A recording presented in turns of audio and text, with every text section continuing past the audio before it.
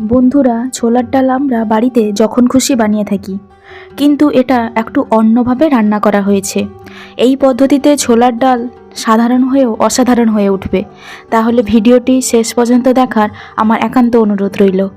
নমস্কার বন্ধুরা, উর্মিলার রন্ধনশালায় সবাইকে স্বাগত। আর চ্যানেলে নতুন এসে থাকলে দয়া করে একটা সাবস্ক্রাইব করে দেবেন। এই রান্নাটা করার জন্য আমি এক বাটি ছোলার ডাল নিয়েছি। এই ছোলার ডালকে আমি 3 ঘন্টা আগে জলে ভিজিয়ে রেখেছিলাম। এখন এটা ফুলে ডবল হয়ে গেছে। বন্ধুরা, এই ছোলার ডালকে 3 থেকে 4 ঘন্টা আগে ভিজিয়ে রাখতে হবে, কারণ এটা ভিজতে একটু সময় লাগে। তাই জন্য একটু আগে থেকে জলে ভিজিয়ে রাখতে হবে। এরপরে নোংরা জলকে ফেলে দিতে হবে। বন্ধুরা, আমি নোংরা জলটাকে ফেলে দিয়ে আরও 2-3 বার ভালো করে আমি ধুয়ে নিয়েছি। এরপর এই ছোলার ডালটাকে আমাদের সেদ্ধ করতে হবে। তার জন্য আমাকে কুকার নিতে হবে।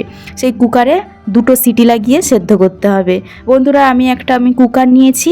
এরপর এতে সমস্ত ছোলার ডালগুলো এতে ঢেলে দেব। তারপর এতে পরিমাণ মতো জল দিতে হবে। তা জলের পরিমাণটা কত দেবেন সেটা আমি একটু বলে দিচ্ছি। এটা হচ্ছে নর্মাল ঠান্ডা জলই দেওয়া হচ্ছে। আঙ্গুলে এইরকম 1 ইঞ্চি মেপে এইভাবে জল দিতে হবে, যাতে ছোলার ডালকে স্পর্শ করে 1 ইঞ্চির মতো থাকে, সেইভাবে জলটা দিতে হবে দেখে। জলটা যাতে সেদ্ধ করার পর খুব কম থাকে। তারপর 1/2 চামচ লবণ আর 1/2 চামচ হলুদ গুঁড়ো দিয়ে দিলাম। এরপরে ঢাকনাটা লাগিয়ে দিয়ে একে মিডিয়াম গ্যাস ফ্লেমে শুধুমাত্র 2টো সিটি লাগিয়ে দিতে হবে। গ্যাসে বসিয়ে দিয়েছি। এরপরে একে 2টো সিটি লাগাতে হবে। দেখুন বন্ধুরা, এই একটা সিটি উঠলো। এরপরে শুধুমাত্র আর একটা সিটি লাগাতে হবে। বন্ধুরা দেখুন, আর একটা সিটিও লেগে গেছে। বন্ধুরা, এরপর একে ঠান্ডা হওয়ার জন্য খানিকটা সময় দিতে হবে। তার মধ্যে আমি আরেকটা কাজ করে নেব। তারপর প্যানে খানিকটা তেল দিয়ে প্রথমে 1/2 চামচের কম একটু হলুদ গুঁড়ো দিলাম এবং অল্প একটু লবণ দিয়ে মশলাটাকে তেলের সঙ্গে একটু মিশিয়ে দিলাম। এরপর তেল গরম হলে 2টো আলুকে বড় বড় সাইজ করে কেটে রেখেছিলাম। এই আলুটা হচ্ছে এখানে লাল লাল করে ভেজে নিতে হবে। বন্ধুরা, গ্যাসের ফ্লেমকে কিন্তু মিডিয়ামে রেখে এই কাজটা কিন্তু করতে হবে। এই আলুটা লাল লাল করে ভালোভাবে ভাজা হয়ে গেলে আলুটা কিন্তু খেতে ভালো লাগবে, ভাজা আলু। সেই জন্য একে কিন্তু লাল লাল করে এদিক সেদিক করে ভালোভাবে ভেজে নিতে হবে। সেইভাবে মিডিয়াম গ্যাস ফ্লেমে একে ভেজে নেব। বন্ধুরা দেখুন, আলু কিন্তু আমাদের ভাজা হয়ে গেছে। এদিক সেদিক কিন্তু লাল লাল করে বেশ কালার চলে এসছে। একে একটা পাত্রে আবার তুলে নেব। বন্ধুরা, সমস্ত আলু তুলে নিয়েছি। এরপর সেই একই পাত্রে আর কিন্তু তেল দিইনি। সেই একই তেলে প্রথমে একটা তেজপাতা দিয়ে দিলাম। তারপর এতে 3টে লং দিলাম। প্রথমে গোটা মশলাগুলো দিয়ে দিতে হবে। তারপর এতে একটা দারচিনি দিয়ে দিলাম। তারপর এতে 2টো এলাচ দিলাম। তারপর এতে 2টো চেরা কাঁচা লঙ্কা দিয়ে দিলাম। তারপর 1 চামচ গোটা জিরে দিলাম। প্রথমে গোটা মশলাগুলো দিয়ে দিলাম।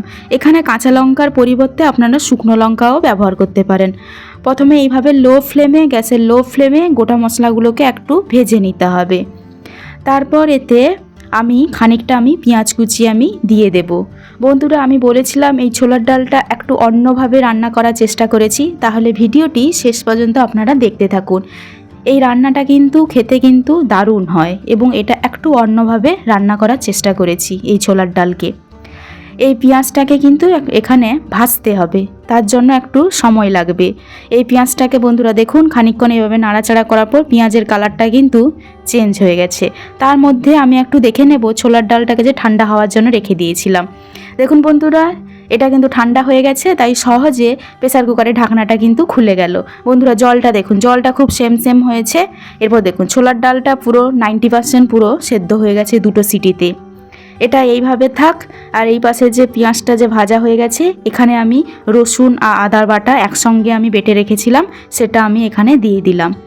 এবং রসুন আর আদার পেস্টটাকে ততক্ষণ নাড়তে হবে যতক্ষণ না তার কাঁচা গন্ধটাকে দূর করা যাচ্ছে। এইভাবে একে ভালোভাবে একটু নেড়ে নিতে হবে। এটা একটু নেড়ে নেওয়ার পর তারপর এতে খানিকটা টমেটো কুচি এখানে দিয়ে দেব। আর টমেটোকে গলানোর জন্য তার স্বাদ মতো একটু লবণ দিয়ে দিলাম। এরপর একে একটু নেড়ে নেওয়ার পর টমেটোকে গলানোর জন্য এখানে একটু জল ব্যবহার করব। এটা হচ্ছে নর্মাল জল। এখানে এই মুহূর্তে কোনো গরম জলটা ব্যবহার করছি না, গরম জলটা একটু পরে ব্যবহার করব। একটু জল দিয়ে একে নেড়ে নেওয়ার পর একে 2 থেকে 3 মিনিট একে ঢাকা দিয়ে দেব। বন্ধুরা, 2 থেকে 3 মিনিট ঢাকা দেওয়ার পর দেখুন টমেটো অনেকটাই কিন্তু এখানে গলে গেছে। এরপর একে এইভাবে নেড়ে নিতে হবে। তারপর এখানে বাকি মশলাগুলো আমি দিয়ে দেব। এরপর বন্ধুরা বাকি হচ্ছে গুঁড়ো মশলাগুলো এখানে দিয়ে দেব। প্রথমে এখানে হাফ চামচ আমি ধনে গুঁড়ো দিয়ে দিলাম। তারপর এতে হাফ চামচেরও কম একটু হলুদ গুঁড়ো দিলাম, কারণ ছোলার ডালেও অলরেডি সেদ্ধ করার সময় আমি হলুদ গুঁড়ো আমি দিয়েছিলাম, তার জন্য আমি এতটা আমি হলুদ গুঁড়ো দিলাম। তারপর আমি খুব অল্প একটু লঙ্কার গুঁড়ো আর একটু কালার করার জন্য আমি কাশ্মীরি চিলি পাউডারটা আমি দিলাম। তারপর এই মশলাগুলো সব দেওয়া হয়ে গেলে একে ভালোভাবে কিন্তু কষিয়ে নিতে হবে। তার জন্য আমি অল্প একটু এখানে জল দিলাম। এরপর একে মশলাটাকে ভালোভাবে কষিয়ে নিতে হবে, যাতে মশলা থেকে তেলটা আলাদা হয়ে যায়। সেই জন্য একে ভালো করে কষিয়ে নেওয়ার জন্য একে কিছুক্ষণের জন্য একে ঢাকা দিয়ে দেব। বন্ধুরা একে আমি কিছুক্ষণের জন্য ঢাকা দিয়ে দিলাম। এরপরে কিছুক্ষণের পর ঢাকা খুলতে দেখুন বন্ধুরা মশলাগুলো জল কিন্তু শুকিয়ে গেছে। এরপর দেখতে পাচ্ছেন যে মশলা থেকে তেল কিন্তু আস্তে আস্তে ছাড়তে আরম্ভ করেছে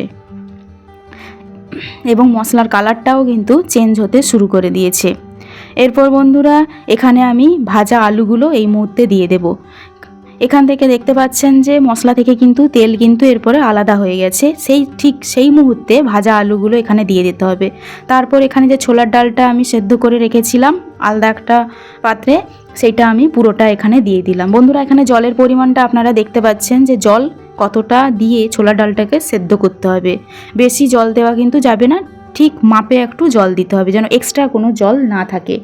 এরপর ছোলার ডালটাকে মশলার সঙ্গে এইভাবে মাখিয়ে নিয়ে পুরো জলটাকে কিন্তু শুকিয়ে ফেলতে হবে।